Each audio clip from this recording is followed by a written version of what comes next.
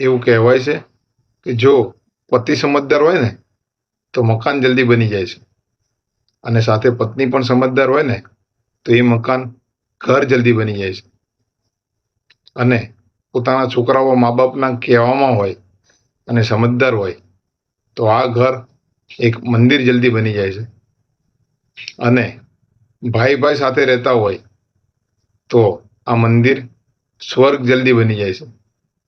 અને આ આખો પરિવાર મા બાપની સાથે રહેતા હોય, મા બાપના છાયાની નીચે હોય તો આ મકાન, આ ઘર, આ મંદિર અને આ સ્વર્ગ એ સ્વર્ગથી પણ સુંદર લાગે છે. અને આપણે ખાલી કથાઓમાં સાંભળ્યું છે કે સ્વર્ગ આવું હોય છે, પણ આવું જ્યાં પરિવાર સાથે રહેતો હોય અને આવું જ્યાં વાતાવરણ હોય ને એ સ્વર્ગથી પણ સુંદર હોય છે. એમને સ્વર્ગ ક્યાંય જોવા જવાની જરૂર રહેતી નથી.